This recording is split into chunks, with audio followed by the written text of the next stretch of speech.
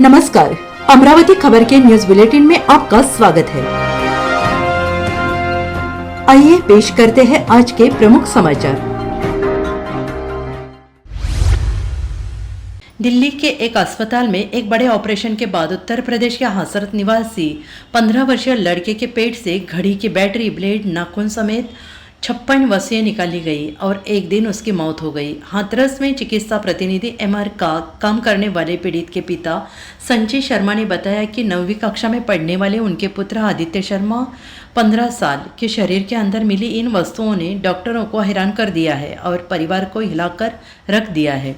शर्मा ने कहा कि सफदरजंग अस्पताल में सर्जरी के एक दिन बाद ही उनके बेटे की मृत्यु हो गई, क्योंकि उसकी हृदय की गति बढ़ गई थी और उसका रक्तचाप बीपी चिंताजनक रूप से गिर गया था। उन्होंने कहा कि उत्तर प्रदेश, जयपुर और दिल्ली के विभिन्न अस्पतालों में कई चिकित्सा जांच के दौरान आदित्य के पेट के अंदर इन वस्तुओं का पता चला गया। उन्होंने कहा कि उनके परिवार की मुश्किलें तब शुरू हो गई जब उनके बेटे ने पेट में गंभीर दर्द और सांस लेने में कठिनाई का शिकायत की।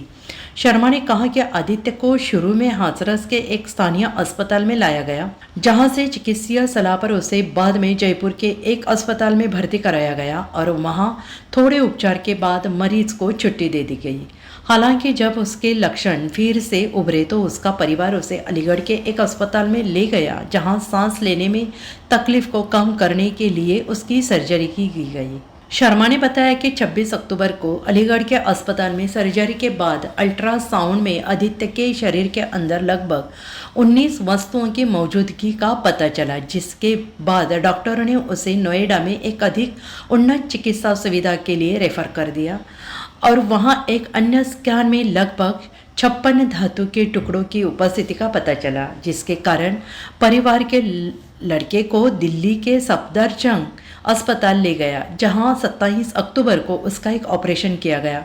शर्मा ने बताया, डॉक्टरों ने कहा कि मेरे बेटे के शरीर से लगभग 56 वस्तुएं निकाली गई है। दिल्ली के इस अस्पताल में सर्जरी के बाद पेट से निकाली वस्तुओं ने डॉक्टरों को भी आश्चर्यचकित कर दिया। पिता ने कहा, डॉक्टरों ने अपना सर्वश्रेष्ठ प्रयास किया, लेकिन शायद नियति को कुछ और ही मंजूर था। दिल्ली के अस्पताल में सर्जरी के एक दिन बाद मेरे बेटे की मृत्यु हो गई, क्योंकि उसकी हृदय की गति बढ़ गई थी और उसका रक्तचाप चिंताजनक रूप से गिर गया था।